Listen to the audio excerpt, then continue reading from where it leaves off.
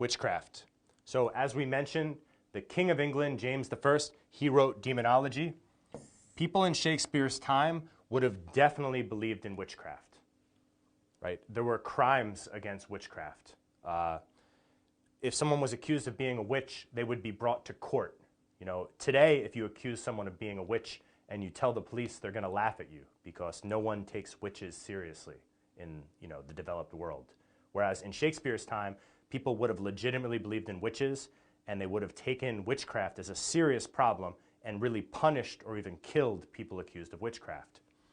So 16th century English laws included crimes against witchcraft, showing that the state considered witchcraft to have a basis in reality. Something that's important that we're going to take a look at is that witches were often understood to be women who were unprotected by men. So the kind of people who were accused of witchcraft were old women, oftentimes poor women, right? Oftentimes women who would have begged for money or relied on other people for money and food and shelter. They were kind of social outcasts. And sometimes they would end up being accused of witchcraft, and then they really had no one to protect them from that charge, and they would more often be the victims. In the picture here, we have a rendering of a trial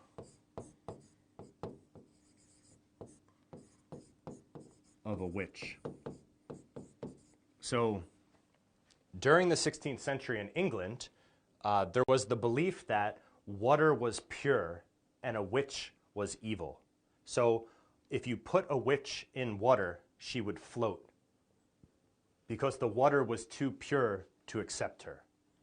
If you put a woman in water who's accused of being a witch and she sinks, it means that she's not a witch because she must be pure morally, and therefore the water will accept her.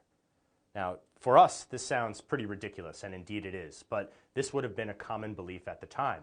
And the irony, of course, is that if you sink into the water, you might die. So in order to prove your innocence, you might have to die. And in surviving and floating, you end up showing that you're guilty.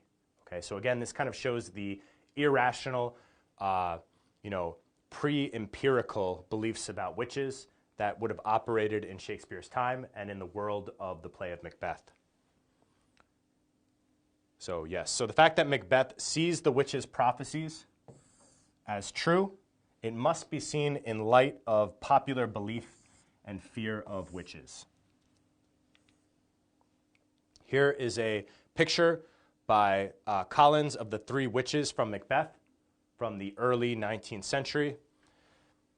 One of the things that it's important to understand about the conception of witches during Shakespeare's day is that witches were not always assumed to be having control over important events like who gets to be king. Oftentimes, witches were associated with petty mischief.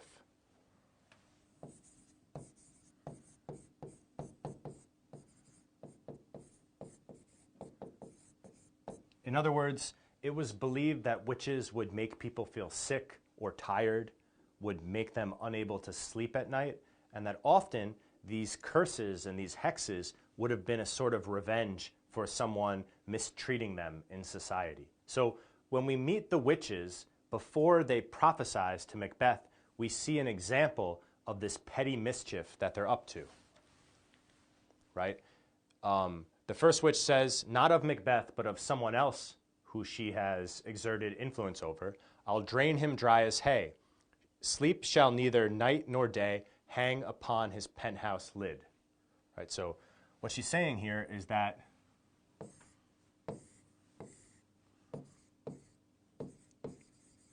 she's going to stop this person from sleeping.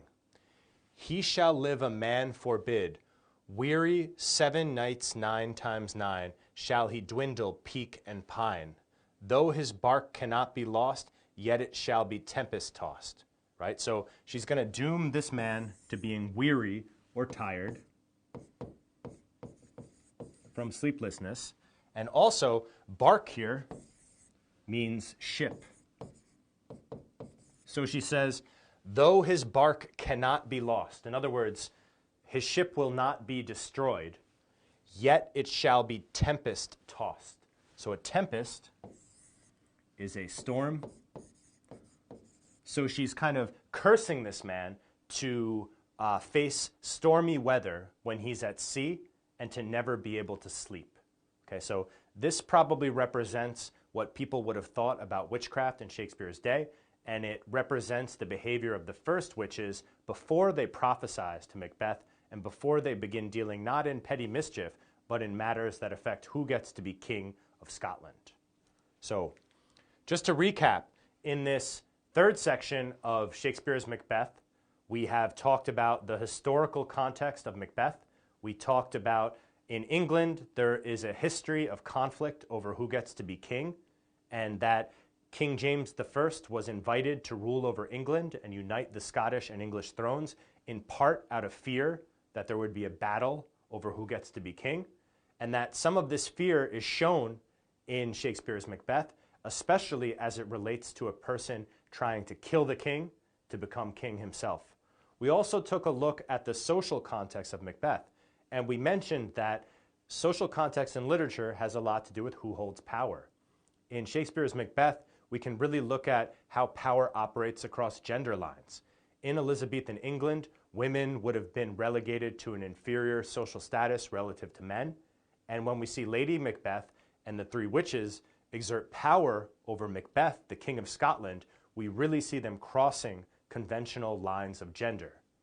We also took a look at witchcraft and how, even if for us witchcraft seems silly and unplausible, in Shakespeare's time and in the world of the play of Macbeth, the idea of witches would have been seen as totally plausible, and Shakespeare's historical audience probably would have believed in witches and thought that the kinds of supernatural events that took place in Macbeth were possible to occur in reality.